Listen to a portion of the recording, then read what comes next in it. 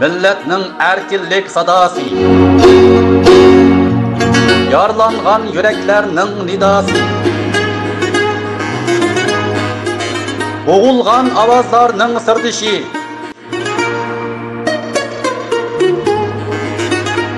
da'vogarlarning simosi,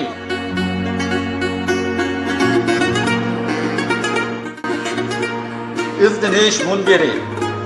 Siz ve benim avazımız Şarkı Türkistan avazı.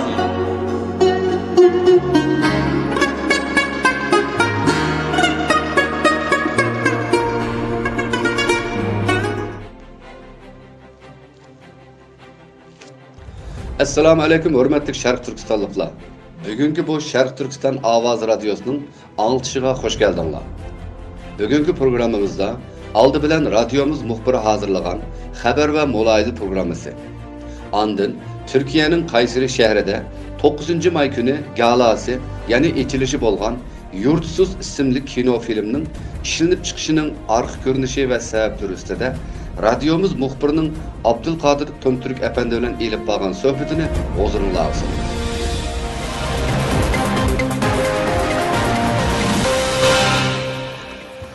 Sharq Turkistondagi ishlab chiqarish qurilish armiyasi, ya'ni Bington yaqinda o'qitirish chiqarib, oliy maktab bitirgan 4000 studentni xizmatga qabul qilganligini jakarlagan.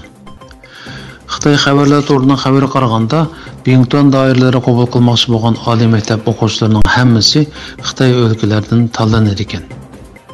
Bu vaqtdagi axborot e'lon qilish yig'inida Bington doiralari yangidan ma'murlikqa qabul qilingan umumiy o'quvchi sonining 4017 nafar bo'lganligini, bunun asli plan qilingan 2364 nafardan bir hassadagida ko'p ekanligini bildirgan. Qiziqarli yeri shuki, bunun bilan o'xshash bir vaqtda Uyg'ur avtonom rayonlik doiralar bu yil Uyg'ur elida oliy maktab bitirgan o'quvchilardan 1102 nafarining Xitoy o'lkalariga tarbiyalanishga avatilganligini jakarlagan. Chet ellardagi Uyg'ur kuzatuvchilar Xitoy o'lkalaridan Uyg'ur eliga har yili minglab, 10 minglab Xitoy ko'chmanlari o'tkazilib, ishga o'rinlashtirilayotgan bir sharoitda Uyg'ur yoshlarining Xitoy o'lkalariga yo'lga selinishi Uyg'ur yoshlarini maqsadli holda tarqoqlashtirish siyosatining bir yuzidir deb ko'rsatmoqda.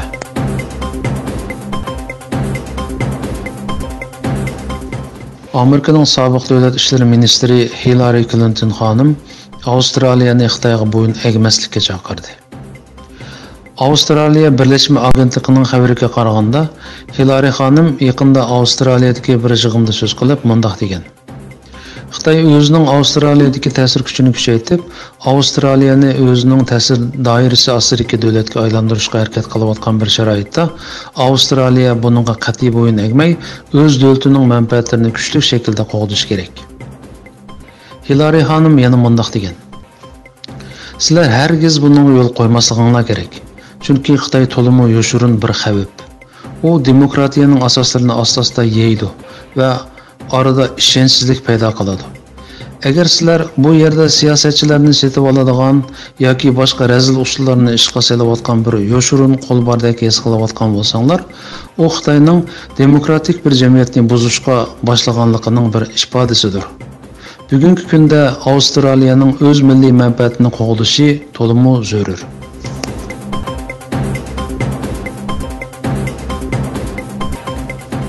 Yaqinda Amerikaning Xasun markazida Xitoyning Sharq Turkistondagi soqchi davlati temasida muhokama yig'ini o'tkazildi. Mazkur yig'in haqidagi e'londa navbatda Sharq Turkistonda g'oya zo'r soqchilar qo'shinining safarbarlikka keltirilganligi, shundaqla 5%dan 10% bo'lgan Uyg'ur nufusining yepiq tarbiyalash markazi nomidagi yig'ilish lagerlariga so'langanligi.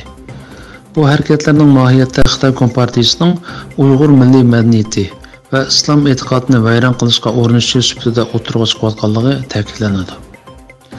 Yig'inda so'z qilishga taklif qilingan mutaxassislardan Amerikaning Loyola universitetidan Dr. Ryan Sam so'z qilib, hozir oz degandimi 500 mingdan 1 milliongacha Uyg'ur nufusining yepiq tarbiyalash markazi nomidagi yig'ilish lagerlariga so'langanligi, bu kishilarning mutlaq ko'p qismining millat tarkibi va diniy e'tiqodi sababli bu joylarga kirib qolganligi. Bu sababdan sonsizlagan go'daklarning qaronsiz qilib, o'lmak ustiga tepmak degandek ish bo'layotganligini eslatib o'tdi. U mundaq dedi. Bu Xitoy davlatining kishilarning ideyasini o'zgartirishga urinishi xolos. Shu sababdanmi Xitoy davlati bu o'rinlarni o'zgartirish o'rni, tarbiyalash maktabi deb atab kelyapti. Mushu nomlarning o'zla bu harakatning maqsadining nima ekanligini jakarlayapti. Ammo mening shaxsan his qilishimcha, hukumat tarafdan mushu xizmatni qilishga bo'lgan kadrlarning ko'pinchisi buning amalga oshadiganligiga ishonmaydi.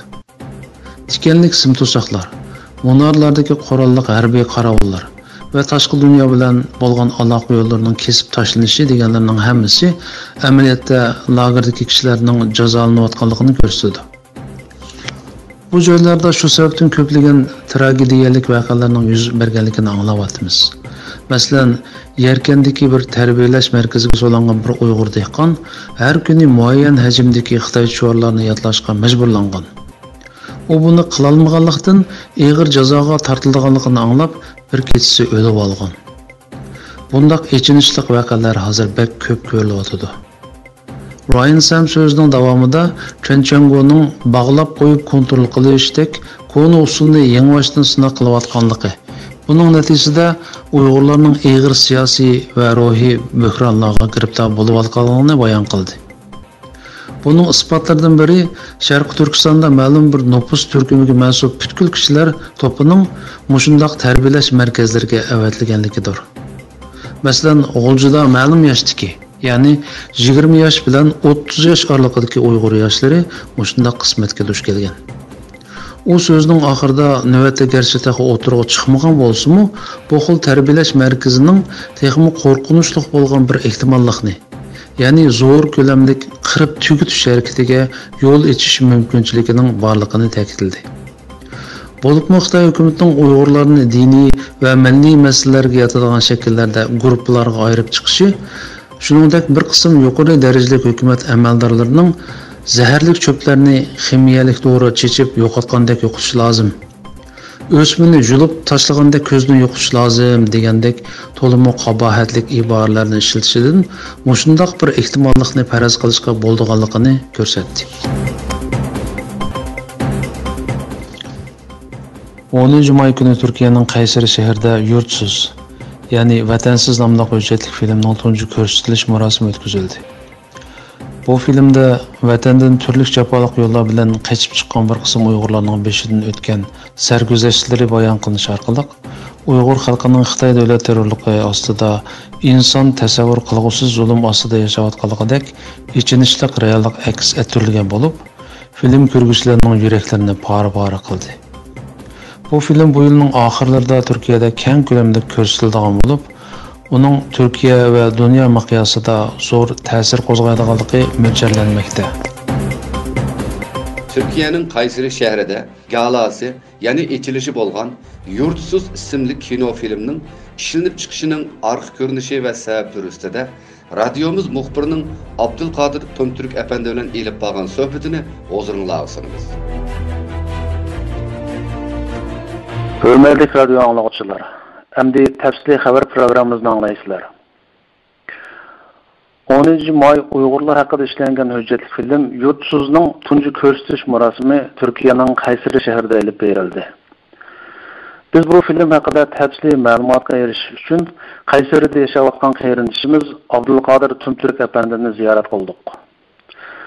Assalomu alaykum Abdulqodir Tomtürk Efendi. Va alaykum assalom. Bu filmda nimalar so'zlanadi? Mush filmning mazmuni to'g'risida qisqacha bir tushuncha bersangiz. Hurmatli muxbir afandim, ko'p rahmat bizga bu radio ovozida so'zlab berish fursati berdinglar. Bugun 5-oyning 10-kunisi 2018da Turkiyaning Qaysari shahrida tunji ko'rsatish marosimi bo'lgan Yurtsuz ismli belgesel film kinoda alındı. Yani bu film belki Türkiye'de profesyonel, yani mükemmel teknikler bilen bulmuşsun bu profesyonel bir maksatla kılagan bir film oldu. Bunu film desek mi buldu?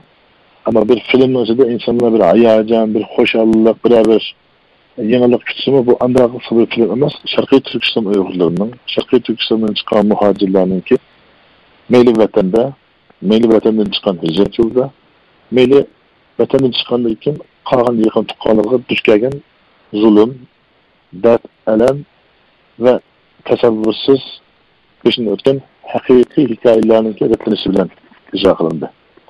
Bu bo'lsa 2018 birinchi oylarda boshlanib, taxminan bir yarim oy ichida oxirlashgan bo'ldi. Shuning bilan bugun birinchi ko'rsatish marosimi Qaysarda ijro qilindi.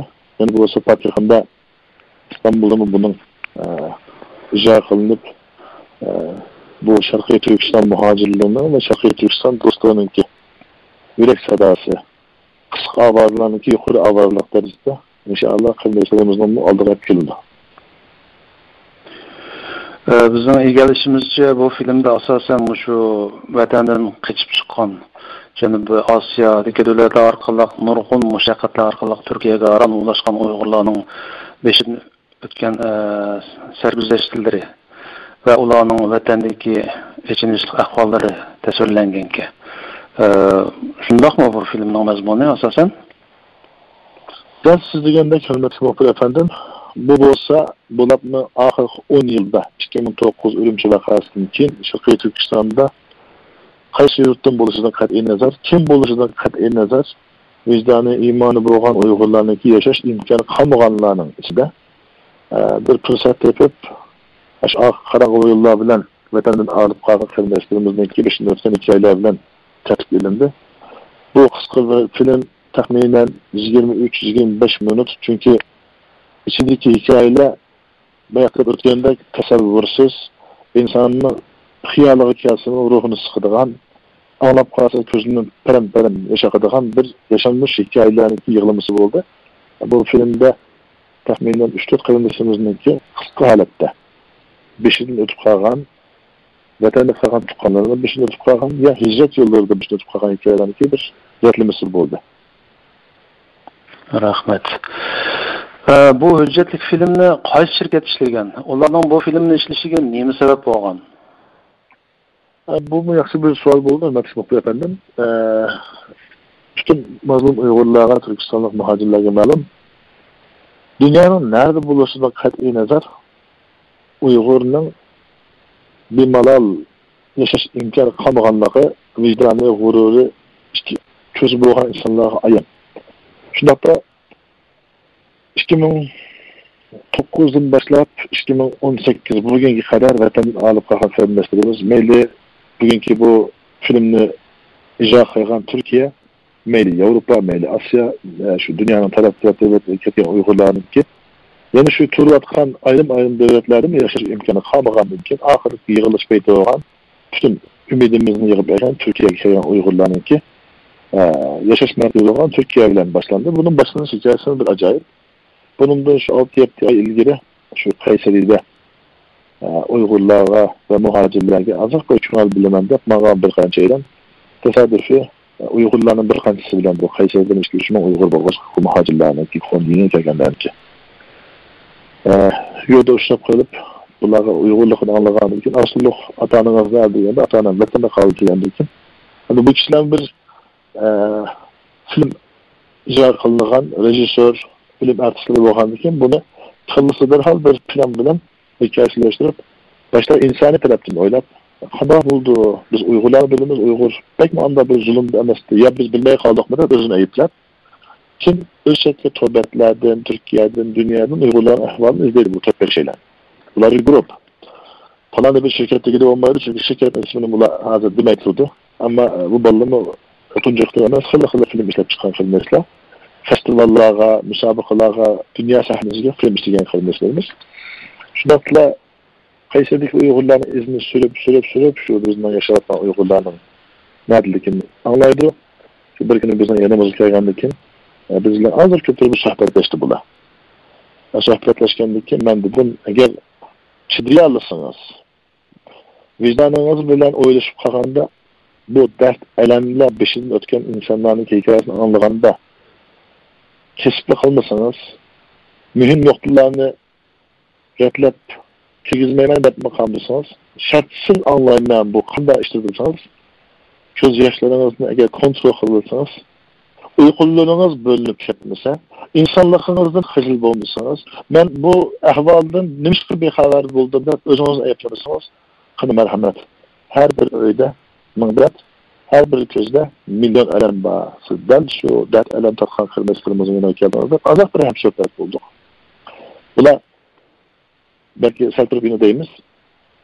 Bir insonninki hikoyasini anlaganda bir insonning beshiga mandan bir ish qilgan buningda o'tadin bo'ladi deb bir oila hikoyasini anlaganda abi bu qanday ish bu? Bu insonning beshiga kelgan ishmi? Ya biz insonmi? Ya bu insonlik nada qoldi deb o'zini ayblab, buningda o'tadin bo'lmaydi deganda to'xta. Bu muqaddim boshlang'ich qismi. Yana bir oilasining hikoyasini anlaganda ko'z yoshlarini tutolmay. Yana bir hikoyani anlaganda bo'da qilib o'tirgan suhbat jarayonida kino ishlashdan qalam ilishdan avval qichib ketganlar bo'ldi. Chidayolmay. Aka siz nima deyapsiz? Biz o'tirib bir ko'ryapmiz. Ya biz xiyolimizni kelmaydigan narsalar haqiqatan bir insonning bishga kelgan musibatmi? Bu qanday ish biz tushunmay qoldik, o'zini o'zi ayblab, insonlikdan xijil bo'lib, insonlik olamidan o'tib, buni bir qalam bilan emas, video bilan, ovoz bilan cho'qim bir mas'uliyat doiramizga ilishimizda bir insoniy mas'uliyatdan ishlaydigan bo'ldi. Shundaqla 3-4 oydan asosda 3-4 oydan emas, 3-400 oila bor Qaysaryda. Bu Qaysaryadagi Uyg'urlarninki ko'pchiligi butun dunyodagi Uyg'urlar biladi. Shu Jiroq Osiyolardan vatandagi iqtisodlarini, ota-onalarini, ona qizlarini, xotin bolalarini al deganda xon kimligi to'kilib qolgan, aziz yurtini tashlab qolgan muhojirlar bor. Şunu bilen bu kardeşlerimiz eğer ruhsat versinler biz bunu yazma bir eser emez, bir kino arkalık bir belgesel kısak. Bunu biz anlayan bilen biz bir kinocu ya bir film artistleri olsak mı? Bunu bütün Türkiye'nin anlaşı gerek. Eğer ruhsat verseniz bizim kürekli yerler bilen, resmi organlar bilen görüşsek, bunu bütün dünyanın anlayışı gerek. Çünkü sizler hakikaten kısık avazlık millet olsa ya deyip bizim bu mecburiyetimizde kamçılap bu işini başlayacağım bir peytte mesuliyetimiz ortaklaşkan oldu. Rahmet. Bu bizning hikoyamiz hakikaten kimni anglasa ishongisiz darajada bekle ichinishliq rivoyat desakmi toza mos kelmaydi, chunki rivoyatdagi narsalarni aql qabul qila oladigan holatda biz Uyg'urning beshiga kelayotgan kunlar hakikaten bekmi ig'ir inson qabul qilolmagan darajada. İnşallah bu film işlenip Türkiye'de keng ko'lamli bir ko'rsatilgandan keyin ta'sir qo'zg'algandan keyin inşallah boshqa tillarga tarjima qilinib dunyoga tarqatilar degan umiddim. Demakki bu filmdan keyin yana shunga o'xshash mazmundagi filmlarni ishlash irodasi bor ekanda bu rejissyorning. Bak. O yerde bu filmga biz qo'llab beradigan bir qism ilan taksitler mesela maaş şirketine manda bir köngüllik qo'llab beradigan ilan taksitler son ayakta mühim yerlerin ismi var. Ben ayet görüp koşalım şahsen. Mesela bu film işligende Türkiye Medeniyet ve Seyahatlik Kültür Turizm Ministerliği deyimiz. Medeniyet ve Seyahat Ministerliği deyimiz. Şununki bir lozungisini gördüm. Yani bu olsa Kayseri vilayetininki lozungisini gördüm. Kayseri Belediyesi'ninki lozungisini gördüm. Yani bu olsa Türk Hava Yolları deyildiğin Türkiye Devlet Hava Yolları'nınki lozungisini gördüm. Demek bu bağlı bu işini kıyganda mı bir kısım yerlerdim. Azap bir bu çünkü bir siyasi bir narsa emas, insani bir mesele. Bunun ama bir kısım yerlerinin kolay kuvvetlengenlikini anlamak kıyan buldum. İnşallah bunun gelişinde bir ziyanı olmaz. Yani ziyan degeni bir besim bulup kalmaz bunlar mı? Çünkü bu devletin işleri menfaatlenme kaçka, hissiyatlenme kaçka. İnşallah kendisi de uyduğun yere girip kalır. Şu sohbet jarayonida bu kim bilen yapılan sohbetimde 13 kısımlık kinonu qanday işleşirsen o bunun da kısa bulmaydı. Fakat bir detaylık, fakat bir inçki meseleler girmez. Mesela Uygurların tarihini, Uygurların ki meşhur şahsiyetlerini, Uygurların medeniyetini, örf adetlerini, kol sanatlarını, Şarkı Türkistan'da bulup atkan şu zulümünki türlü hikmetlik yollar bilen düşündürülüşüne, yani bu bir kinocu olacak, onun erbabı bu kişi. Şundakla bizim bu tercihimizde muhtaçlığını, bizim bu tercihimizle yol başçılık kıldıqanlarının ki azdır köptür yol çözü çıkartısıyla 13 kısımlık, bunun da uzunluk bir kısımlık kinodek çıkarıp bunu eğer bu olsa dünya sahnesine geçirdiğinlikini etkilerler. İnşallah. Eğer müşteri işini ro'yobga chiqarsa bu Uyg'urlar uchun nihoyatda cho'ng bir ish bo'ladi. Chunki hozir bizningki bu beshimizda o'tayotgan ishlarni tashviq qilayotgan medialar ko'p emas xalqaro miqyosda. Mushu rejissor agar deganini qila olsa biz uchun ajoyib cho'ng ish bo'ladi inshaalloh. Bu yerda bu filmniki Qaysariyda ishlanishidagi asosiy sabab mushu Qaysariyda mushu Janubiy Osiyo yo'llari orqali kelgan Uyg'urlarning soni ko'p bo'lishi sabab bo'lgandir deb o'ylayman. Mushu yoqda yana Qaysariyda turayotgan Uyg'urlarningki ahvoli to'g'risida ozroq tushuncha beramsiz. Ya'ni qanchalik Uyg'ur bor Qaysariyda yashayotgan, ularning xizmat turmush ahvoli qanday hozir? Sharqiy Turkiston Uyg'urlari Qaysariga 12-asrda, 13-asrda Alaaddin Aratma deydigan bir beylik vaqtida kelib, Qaysariyni poytaxt qilgan. Buning vaqtida kelganlarniki, shu beylarning, podshoh sultonlarningki Qaysariyda qurgan imoratlari, masjidlari, madrasalari hozirmi bor. Masalan, Qaysariyninki Bunyan deydigan, Hamide deydigan bir nahiyasi var. Qaysari merkeziga 28-30 kilometr. Bu mescidin ismi Ulug' Mescid, Ulug' Cami. Yani bu ismi Cami Kebir. Arapça Kebir çoğun deyimiz bu. Bu cami'ninki tarihide ayaktaki bir tahta oyma emas, yağaç emas, taşının üstüge kıygan bir yazıda şu vaktinki tarih medeniyeti şu yollarda başma. Bu mescid Şarkı Türkistan'dan kelgen Uygurlar tarafından imarat kılıngan şu vaktdaki padişahınınki kızı Taci Kızıl Han'a hediye kılıp onun namından Allah rızası için salagan bir mescid deyirlik. Bunundan aldıkını 25 yıl evvel, 30 yıl evvel merhum Şarkı Türkistan'ınki şu kurulgan hükümetin sekreteri boğan İsa Yusuf Alptekin efendim Kayseri'ye gelende ayakkabısından çoğunlarımız apırdı. Seyyid Tümtük efendimle apırdı. Şu yer aparanda közleri sel aciz boğan İsa Yusuf Alptekin efendim sen gözünün körer közleri bilen tuz, buluk kögen közleri bilen yetemegen közününki kögenlerini başkaları akıllı bir düşünürüp personlardaydı. Ayaktaki tarihi hikayesi okuyandayken İsa Yusuf Alptekin efendim şu vaktadaydı. Mescidindeki 10 tarafı dedim var, sol tarafı dedim var. İçindeki yağış kanda bezinirken dedi ki ballarım bu mescid hakikaten sizler degende Şarkı Türkistan'ın medeniyeti bilen Kaşka Yenisan'ın posumu bilen Kaşka yağış posumu bilen yasınıptı deyip özüm ikrar kılarlar. Bu mescid hazır mı? Bak. Demek bizim Uygurların Türkiye'ye hicreti hakkında bir 50-60 yıllık tarihi ilgi köyensi mi?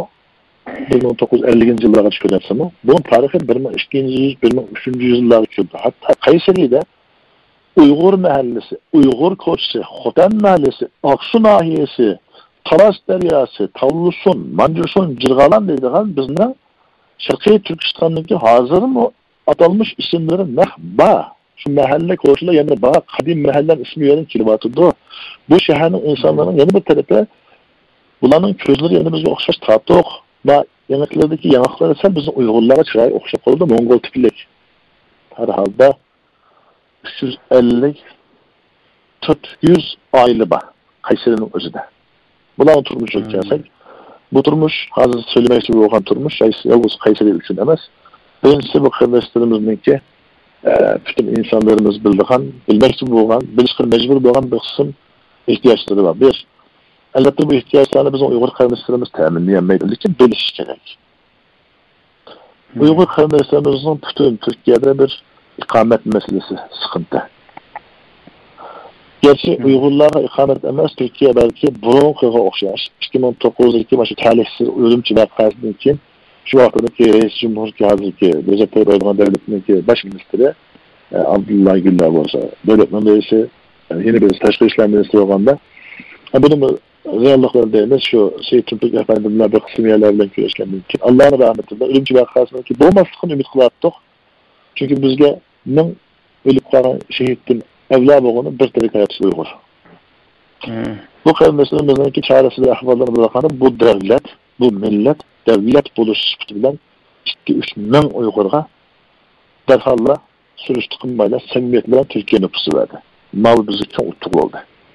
Maşallah. Milletinki takdiri de bu devletin takdiri de Uygur şinaslık var. Uygurların ümitsizlenmesin. Devletinki politikası da, devletin siyaseti de inşallah bugün 5. ayın 12'den davatımız 10. bilan Uyg'urni sotadigan, Uyg'urni Xitoyga qaytadigan ish ham bo'lmadi, ham bo'lmaydi deb umidimiz bor inshaalloh. 100'den artıq yetim bala var. Ata-anası ya vatanda kaldı, ya anası dadısının birisi vatanda kaldı, ya yolu şehit oldu, ya haber yok. Halkımız bizni təbrikləməsin. Halkımız bizə rəhmət bildirməsin. Özünün məsuliyyət dairəsində hər bir ailemiz, baylarımız olmasa köngülü bay ailelerimiz mən Ramazan kimi atdı xanımlar. 400 aile, mən hazırsa demedim, sandım belki yetimlik demedim. Bu yaştaki balalarımızı yoklaş, ailelerimizi yoklaş, asan billahi bizge. Manda altında olsa, buğday eşan olmasa, buğday sözün yok mu deydik yani kilimiz biz. Çünkü biz her bir sefini özümüzün için talaş tartış kıysak, vatanımız Türkistan'da bunun bedelini bir kırındışımız çok umutlaydı, her bir sefini umutlaydı. Ama inşallah biz diyenden ümitsiz emez. Meşgulüne ötüp kaldım, bana bir yerim aydın kim Türkiye çoğun bir saylamından ötüdü. Şu aralıkta devletin siyasi erbaplarının ki bir kısım münasebetleri akılıp Uygurlar kıstançılık gibi atıdı. Onun için Uygurlarımız azak bir şaş olsun. Men billermen emez, men bilmen desem o, işinin erbabı olan yaxşı insanlardır. Kımakçı olan işine işemsek erbellerden sonra baksın. İnşallah o vaxtıda biz kinolarda, sahnelerde derdim badet emez. Bizde mandar medeniyet var. Uygur diyen bana meşhunda hücumda medeniyet, sanat, sanaat, tarih, inkılap ve hakikaten halkının parmaklarında çizildiğin belirli kanlar milletlikimizi gösterilmiş. Ondan kinolarda işte çıkışımız gerekiyor. Bayı siz sılgat öttünüz, şu Kayseri'nin özlü 100'den artıq yetim balı var hep. Muşaqda bir sual sorğum keldi. Bu balaq asaslığı kim qarawatydy? Hökümet taraf qarawatymdy yoki baysızlığı algandek sahabatçı baylarımız qarawatymdy? Ondan başqa hoş. Muşu Avrupa, Amerika ve dünyanın başka joylaridagi Uyg'urlar ichida muşu yetim balalardan beqevilishni xohlaydiganlar bo'lsa, uning yo'li bormi masalan? Muşaqda bir usul bera olamsiz? Elbette. Rahmet bu sual münayitte mühim bir sual. Hürmetli muhtar efendim. Kayseri'de 100'ün artık yetim bağırdı. Bunun zırt 50-60 yoldaşı indi bombalan türlü sebeplerden ölüp kalan ya vatanda kalan ve halkıda 50-60'lık hemşiremiz var. Hayata benim bilişimci şunu çıkıyordu.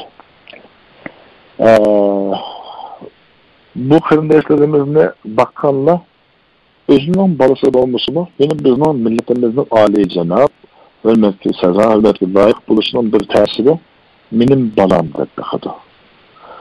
Eğer şeriatka ailenin ki mehrem dairesi doğru gelse aş aldı, darızda özünü tanıştırdı, onun ecini Allah'a tanıştırdı vardı. Şundan sık yetim bolup, özünün anısının içinde kağanlığın barıların içinde. Ya dadısının yanında kağanlığın var. Mesela ata-annesi bilen Türkistan'ın Kaşgar şehrinden, Uğurcu şehrinden, Türkban kucak koydan Aksu'dan çıkanlar aşı hicret yolu da. Ne için tabii ki az geldi 7-8-10 hemşiremiz kalemden kaydılık yaptı. Altı balısını meyaka etilip hemşirelerimiz ayaklaştıkça çaresiz kaldık. Bunun da her birimizin mesuliyeti var. Bunun dünya sahnesi de men Uygur teşkilatı ettim deyilgen bir kısım atılmışlarının kıyamette hesabı var ki ben o kıyamete koyuşunu kalmayayım ben yalvarıp gittim. Bu Tayland, Malezya'daki garip orabalarını Allah'a razı çocuklarımda. Avrupa'ya gittim, netiz gittim, avazlık, sözlük, hat gittim. Onun belgeleri var. Yakın gelmedi. Bağmadı. Bağmadı kardeşim, bağmadı. O bağırsak, siz anlatsak bir şansın ben belki şunu keptirmiş, ayağının bir hatalık kandarak. Sen şu bir hatalıkını yaşarsan, vicdanını kötülersen, mehmeydanını körsen, bağırsan bulurdu. O yakta bir, inşallah menfaati yok. Ama millet, az bir millet emez. Ayakta Mekke'de okyandan ötep, Kedimende okyandaki dolkunlarda suyun arası yok gitti. Nece onlağın ballarımız. Necesiz oturğanda sarang bolduzmu, sarang akıl iktidarını yoktu, mecnun boldu. Bundaklarımızın var. Özünü binadan taşlayıp 11. karaklarını öldürmem ben çiğden birden diyenlerimiz mi buldu? Koçlarda, Manganda, Malezya, Taylandlarda suistimal kullananlarımız boldu. Ama nimeler bolsun, bularını Allah Teala bizge Uygur'un keng kursak yaşayanlarga imtihanda aldığa çıkardı. Anlattılar. Hazır bir kısım kardeşlerimiz bu balalarımızı biz baksak bulandırdı ki dediğim ki resmiyette o balalarımız mesela falan kişinin balası da en bir ilan başka onu ilip apıranmaydı. Kanunuma halap. Böyle olsa hem de biz şahsen ben falan kişi balını aptı almak için balıklamak için yaşının niyetige men rahmet men merhaba deyman. Lakin reallıkı yakışan ne beneyman. Sebep o kişilerin ki toğuşunuşunu ümit kılaman hakikaten aktarısı kadar bir kimlikini bilmeyeceğiz. Ulan hayatımızı emanet etmen şahsen beneyman birisini halmayman. Zaten yayında bir kaçtan ayrım var. Yardım dediniz bizge şahsen devamlı yıldığan ya bir Uygur'un aylık bir balığın mektep pulusu tep evet edilgan bana bir yardım fondu biraz kelime yok. Bu kanda kolga alındı deseniz bir kısım yol usullar bilen sahavetçi olsa Türkiye'nin içinde yerlikçe Uygur emez. Alıkta elbette bir kısım Uygurlar çok küçüldü. 365 günün içinde 10 gün 15 gün belki. Biz bir vasıta amalla markişi sahavet ihtiyacı olan markişi sahavetçilik onu tanıştırıyoruz. Alıkta birkaç şeyden kim bir kısmı çıkmazlık için dua vuruldu. Algan belgenlerini kömürsük mü alıkta biz amalla tegmeyimiz. Bir yardım ki kalsa bizim amalakta biz kılmışlığımız tanılan şuralarımız var. Bunların hemkarlıkı bilen ya sahavetçilik korulan bir vasıta yardımları var. Lakin bu kılmışlığımızın hayatını devamlaştıran bir yardım devamlı yıldan bir siz sordunuz Avrupa'nın, Amerikaların bizge bu yetkiler kâmiden de. Ağırlıkta bir çektiklerine boğan buluşurken mesela Ramazanlarda o başkarken devamlı mesela ben 5 aylığına buluştuğunda bir aylığına bazında olmadı. Ötken de mesela bunun isminde bir hemşehrimiz Avrupa'da yaşayan bir hemşehrimiz bir balımız ne? Ben balıklarım dedi. Bulmaydı da koyduk. Hemsi okuş buldum ben kötüydü. Bunun yolunu ben dedim. Eğer anda olsa ben sizinle bu aile bilen tanıştırayım. İşin doğrusu bu. Siz nonla verer misiniz, birine verer misiniz, bir vasıta alaklarsanız oturda biz toplumsal bir çatkıcı olumuz, çıkımız. Ağırlıklı kontrol okulumuz sizinle ben yapılığınız hakikaten okuyamdı ya pul okuşamaz, şahsi bir ihtiyaç kitenden o durgulatlarını kontrolü kılarlarımız. Lakin biz gibi siz giden Allah'ına o bizde her yüz yok inşallah. Ama bunu bilen bir çağırık dünyada azdır köptür rahat yaşayan Uygur'un peşini silip kalan ballarınlarını çözenler aldığı ekiyasanlar peşini silaşkan mecbur ballarımız var. Bunu unutup kalmanlar. Ben bu tavsiye kıldım ben. Nerede olsun, neyle dünyanın nerede olsun, İstanbul, Kayseri, Ankara ve herkese nırgın ballarımız var. Bu yalnız küçük ballarımız emez. Yani bir mühim nokta Mısır'dan küçükken kardeşlerimiz var. Aşı ötken 2017 yılında 500-600 etrafında kardeşimiz var. Bu kardeşlerimiz vatanda özgürlük uğruna boğan, aileleri boğan, ihtifatlı cay cüydü boğan kardeşlerimiz, evlatlarımız, uşkularımız. Bunlardan 250-300 etrafında boğan kardeşlerimiz yaşı 18-25 değil, o hesap. Belki hatalaşırsan bir yaş kem çok yılda. Üniversitede okuvardı. Hürmet, muhbir efendim. Lakin özünün imkanı bilen kanaat okuvatıdı. Bu yardım çekeni yok. Bu yaktan İstanbul'da ben bir kanca işensizlik şahslara bularının geçtiğini mağdırgan. Bu okukucu ballarımız üniversite okusun, bizdir ballarımız kari olsun, hafız-ı kelamullah olsun, dinle güzel ügensin, beşimizden tacı, beşimizden almasları bula. Lakin min burada Uygurlarımız doktor olsun, engineer olsun, yazgıcı olsun, uçukçu olsun, koşamçı olsun. Bununla çok alim mullamların hem de bir başka türlü bir fetvalısı gerek. Kur'an-ı Kerim'in ilk ayetimiz şu. Estağfirullah. İkra bismi rabbikellezi halak deydi Allah. Oku deydi o. Seni yaratkan Rabbinin ismi bile oku deydi Allah Teala. Ki müfessirlerin dedi okuğununu yaz, anla, amel kıl, tertikat kıl, üget deydi. Bunu biz bilmeyiz. Bu aklı var. İnsanı bildi. Lakin yalğızla hatta düşünüşlük olmuşsun. Yalğızla medresiz okutumen dese onun bilen kazandığı yalğız sunnu kaynatkanek bulur. Bu dünyanın cihanının reallıkıyla ile kısa. Bu yetersiz kaldığı Uygur'dan maksızlığı yetişsin yetersiz bulur. 3 til ügensun, 4 til ügensun, 2, 3, 4, 5 hünev olsun. Yolu çıkkanda yeteklep 500-600 bilen adamda bundan başka Uygur'daki olsun. Çünkü bizim halkımız bu yakşılıkla layık. Magirfimeyini hatta aşmışlık olmuşsun. Benim haddim emas başta. Ama ballarımız ne oldu ki? Keçeci yetip qarıllıqni alsa, erteyen çıkıp mağrıp defende okusa. Ha, yunda şunun bilan bir yaxshilikni sizga e'lon qilay, agar ruxsat bersangiz. Bu e'lonni siz bilan qilay. Ruxsat bormi? Tamam. Albatta. Men buni inshaalloh bir majburiyatim deb biladim. Bir so'z olay şimdi. Bütün Türkiye'de yaşayotgan Şarkı Türkistanlık benim soyumlu halkımda bir çağrım var. Türkiye'de bulunan Uygur ballarımızı, ösmürlerimizni, marif sahasında mağdurumuz dediğin yaxşı insanlarımız da hizmet kıvatır. Allah Allah'tan razı olsun. Bulatma İstanbul'da gibi kısım kardeşlerimizin hizmetini anlattırıp atmış, köptürüp atmış. Lakin İstanbul çoğun bir cihan şehri. Dünyanın közünü tik durgan bir şehir. Her bir aile ballarından endişe kılıdı. İstanbul'un yaxşı tarafı olan bile. Ben İstanbul'da doğuldum. Dönemimden rahmet bildirme İstanbul'da yaşamadım. İstanbul'da yaşayanlar tenkit kılmak emez. Lakin İstanbul'un vaziyetini jiraktan tel ilgisi tutup gözleyme.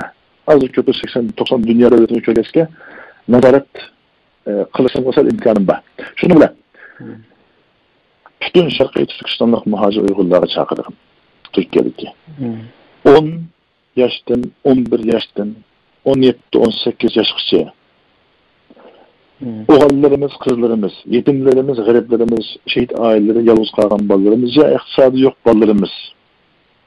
Eğer o aile ballarımızın gittiği tarihini, yani kimliğini azak bir bilip kalsak, bu değişik sebep, küllet oğuruşunuzla bu Türkiye'de mi yaxşı işler kılırsın, ortaklaşış gerek.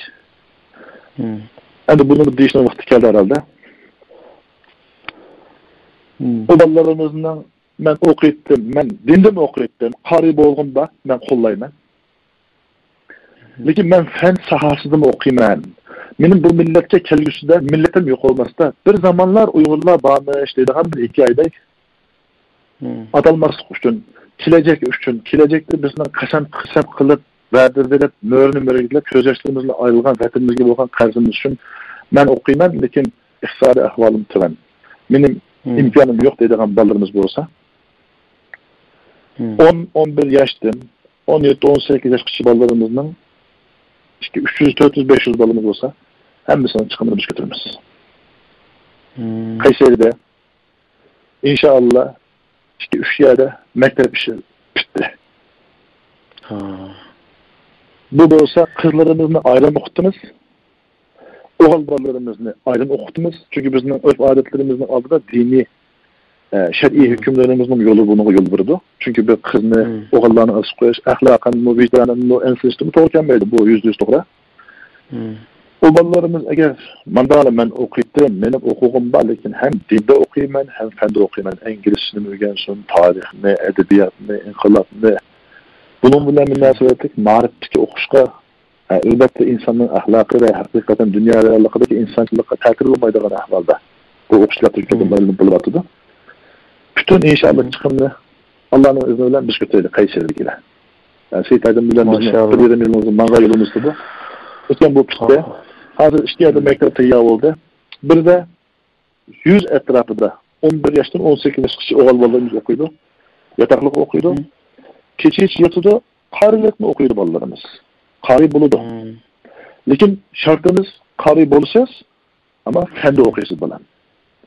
Sizin yatak, tamak ve herkese kolumuzun kilişçe çıkımlarına inşallah hemmisini biz götürürüz. Bir mağaçan pul ketmeydi inşallah. Hatta bu olsa, kelgüsde, bu ballarımızın tutulan kuralları kalem olsun, aklı olsun, tefekkür olsun. Elbette o vaxtda ballarımız acayip mükemmel bulundu. O ballarımız degende keçici yataklık okusun. Kündüzde ettiğin kopuk mektebin mansun, fen teknikte marifte okusun. Ahırda hoş diploma alsın. Bizge manda ballarımız gerek. Şunu bilen ben, sizin ruhsatınız bu olsa, Şarkı Türkistan'dan çıkan Uygurlarımız için Kayseri'de manda bir imkan inşallah Allah'ın izni bilen, milletimizin duası bilen, bizim mecburiyetimizin kılış esasımızdan başka bir küçüldüğün duadan başka bir ümümüz yok, menfaatimiz yok inşallah. Kimden kolda da ballı olsa, İstanbul'da çünkü bir okuşuna aylık tübünü 150-200 liradan 5-600 lira çıkıyor. Toruksuz oluptur. Toruk oluptur biz bir yerde Oktay'la. Bunu inşallah tedricen marif bilen görüşümüz, diyanet bilen görüşümüz. Ben bu çağırıp ilanını sizinki şu radyo hizmetleriniz arkalık e'lon qilishni to'g'ri topdim. Allah razı olsun. Demek ki oğlunuz yani şu İstanbul'daki şu 10-11 yaşdan 18 yaşgacha bo'lgan bolalar arasida agar qaysirida o'qishni ham dinda ham fanda o'qishni xohlaydigan bolalar bo'lsa, iqtisodiy qiyinchiligi bor bolalar bo'lsa, yani siz bilan aloqalashib bo'ladi. Siz iqtisodiy chiqimini ko'tarib shu yerda o'qitasiz, shundaymi? Albatta. Bayı siz bir misalni tilga oldingiz, yani Yevropa tarafından bir ayol kishi bir balani beqib olish talabi bo'lganda uning mumkin bo'lmay, oxiri u balaniki iqtisodiy chiqimini ko'tarish to'g'risida ma'qul bo'lganliginglar to'g'risida bir gapni deb o'tdingiz. Men Yevropada yashayman, bu yerda nurg'un Uyg'urlarimiz hamda shu Türkiye'de şu kadar köp narsiyede balalarımızdan, yetim balalarımızdan yaşayotganligini biladi. Avrupa'da az bo'lmagan Uyg'ur oilalari mayli qandaqli shaklda bo'lmasin, shu bolalarimizga bir yordam qo'lini sunish istigida hozir. Buning eng to'g'ri yo'li qandaq bo'ladi? Sizcha shu boy deyilgandek biror bolani bequvog'ili bo'lmasa, uning iqtisodiy chiqimini ko'tarish orqali, masalan, oliy maktab bitgacha yoki bir mezgilgacha iqtisodiy chiqimini ko'tarish orqali bu shaklda bir yordam qilish ehtimoli bormi? Bor. Bunda biz qat'iy bir kural, qat'iy bir prensip işletmesek bu. Çünkü hazır bir amalga oshmagan ish bu. Hozirgacha bunda bir ishni tartib qilib, amaliyot tartib qilmag'achqa, bunu tadrijan beraber fikirlashib, qaysi yo'l va usul bilan qilsak eng suzuk, eng qalbimizni mutmain qiladigan, o'ttirda bir fitnaga sabab bo'lmaydigan holatda qilamiz desak, buning bir yo'li bo'lsa, yetim misal, to'l misafir miskin bolalarimiz bor edi. Bu birinchi daraja. Ikkinchisi, yetim misal bo'lmasinmi, mana shu muhojiratga chiqqandan keyin mayli Turkiyada o'zining emgak kuchi bilan ishlab, pul ashlanmagan, oilalikni pusani jiq bo'lib, bolalarini loyiqida kunlik biqimini ko'taramagan oilalarimiz bor. Yetim bo'lmasinmi, muhtoj, miskin oilalarimiz bor.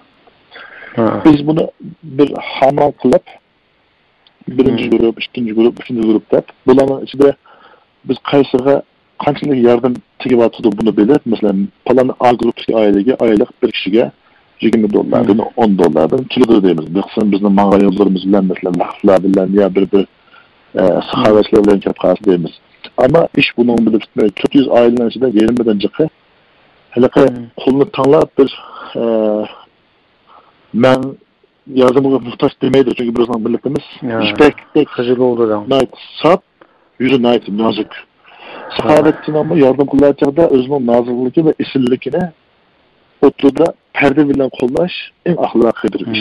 Şundakla biz bunu özümüzün içindeki 10-15 kişilik bir grubumuz var. Bunlar bilen tallar özümüzdeki tesir dayısını kılağandın ki mesela birinci grup ballarımızın okuşuzduk. Bu aileyle oturup bundaki sizge inşallah Avrupa'dan, dünyanın her kaç devletlerden, kırımdaşlarımız kanal bile, arkadaşlar, kırımdaşlıkla kıyamette Allah'a bir derece hesabını kolay kılamak için bir Allah'a da yardım kılmakça. Biz oturda köyünden iki üçündekinin ki birisinden tanıştırılmış münasebetçisi bulunmuş. Kırımdaşın balınızın okutsuz. Lakin aylık bir misal, bir balığa 50 euro. Ya $50 ya palanı pul. Çünkü Türkiye'de bir balının ki okuş derecesi okuşmazsa çıkımı okuşmaydı. Bunun için okuşta bir mektepteki balının ki çıkımı normal bir balının çıkımı olsa netlik buldu. Orta hesap bir iktisadi çıkımını çıkargandan keyin balınızı çok okutsuz da mesela palanı balımız bilen sizni tanıştırıp koyduk. Sizge o kişilerin alakalı numarasını veremez. Otto'dan çıktınız.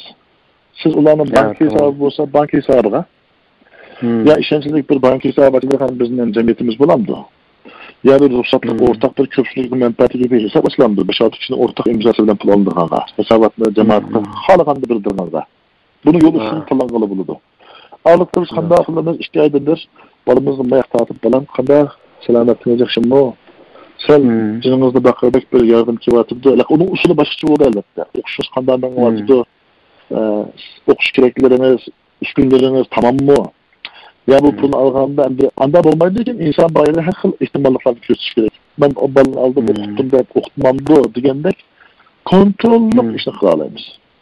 To'g'ri dedingiz, bu ishda shu hisob kitob aniq bo'lsa, ya'ni yordam qiluvchining bergan yordami bevosita tegsa, shu yordam oluvchiga, o chog'da yordam beruvchimi nihoyat xotirjam holda izchil uzun muddat bu yordamni qilish ehtimoli bo'ladi. Shunga bu suhbatimizda bu gaplarning ochiq oshkora so'zlangani yaxshi bo'ldi. İnşallah dünyanın her qaysi yerdeki iqtisadi ahvoli yomon emas Uyg'urlarninki mush ishga ko'ngil bo'lib, o'sha qiyinchilik ahvolda yashayotgan Uyg'urlarimizga Turkiyadagi bo'libmi yetib qolgan bolalarimizga yordam qo'li sunishini umid qilamiz. Bugun oxirgi bir savolim sizga boya bir film Yurtsiz degan film to'g'risida söz şöyle ahir mağlup Kayseri'deki kardeşlerimizden hava ötüp kettik. Bu film tuncu gösteriliş murasını ötküzüptü. Sizin bilişinizde bu film kaçandan başlap Türkiye'de kent kölemlik gösterildikken? Nihayet yaxşı bir aytaydınız. İnşallah ben bugün bu haqda tushunganimizni manbani to'g'ri e'lon qilgandan keyin xizmatchilarimizning xalqimizninki qiladiğimiz talep boyunca bunu biz İstanbul'da köyelendik, İstanbul'da köyde bulamdı diye bir sual kuruldu mı? Biz bunu İstanbul'daki hizmetlerimizin talep boyunca ben hazır tordum mükellefim ama gelen hakne. Ben şu filmin işlep çıkan kişi bilen küreştim. Hürmetlik Mehmet Abanız efendim bilen küreştim. Onun bana deyişçe bugün keştiratı bunu sohbetten kıykan bulduk. Aynen 12'sinde bunu nasıl ilan kısmına doğru oldu. İstanbul'da Şişhane'deyimiz Beyoğlu Belediyesi Gençlik Merkezi Şişhane diyen muhitte aynen 12'sinde saat 1:40 ötkende bu film İstanbul'da bir zalda gösterildiği oldu. Bunu hazırca umumi kenar dairede göstermesinin sebebi. Bu normal bir kino, macera ya böyle komedi dediğimiz öyle küldürüp oynadığım bir adetteki bir kinoluk kino emez. Bu bir insanın takdirleşi, beşinci tutan gün hayat tecrübesini ki nah meydan dualarını ki ağız arkalık özüne itiraf kılıp beşinci tutan günden ilan kılışı. Bunda bir alaylık gibi. Bu hem de Türkiye'de belgesel kimlik kolgalanan bir film. Elbette İstanbul'da ve başka yerde kardeşlerimiz mail avaz arkalı Şarkı Türkistan'ın sunuşturduğu maili yakında Türkiye'deki bir kısım kardeşlerimizin bunu anlavatımın Uygurlarının hikayesini işlevatımın için bu oyundan başka nihayet mükemmel derecede bu işin okugan, bu işte yol usul kaydını, kamera usullerini işlerken bu işin kesp ehleri tarafından icra kılınan bir film. Çünkü bu televizyon medya işi adilen bir iş emez. Bir gap bile ketip kalırsınız, bir gap bile keltirversiniz. Bana bir iş bu. Buna hazır TRT'ninki, Türkiye Devlet Radyo Televizyonu'nunki şu belgeseller içinde müsabakaya girip ahırkı peytte derecilik birinci, ikinci, üçüncü dirgen oğruna kaldı hazır. Net 100, net 10'luğun gülmesiyle. Herhalde bu aynı içinde ahır tallanışını kılıp komitet birincini ilan kılmakçı.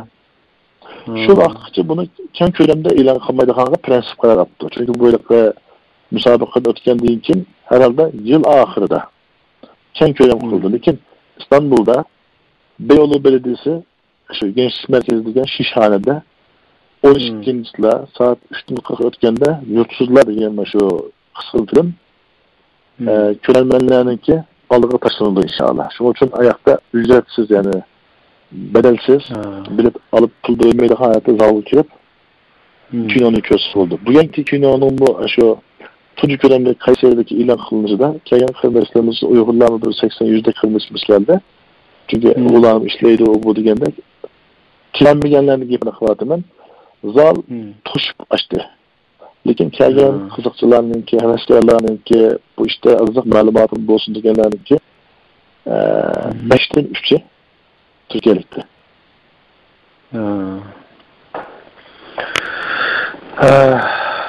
Köp rahmet sizge Abdülkadir Tümtürk efendim.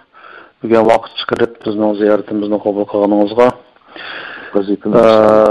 İnşallah aldığımızda yana başka temalarda siz bilen radyo söhbeti ötküzüşümüz mümkün. Yana bir kadın görüşüşe aman bulun. Allah'a emanet. Rahmet. Hörmetlik radyo anlıcı qarindoshlar, bugünkü programımız bu yerda oxirlashdi. Başka bir programda görüş ümidi bilen xayr xoş, Allah'a emanet.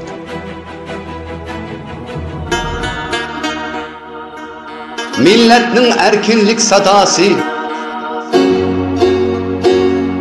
yaralangan yüreklerinin nidası, boğulgan avazlarının sırdişi, davagerlerinin siması, izdiniş mundiri, siz ve benim avazımız, Şarkı Türkistan Avazi Radyosu.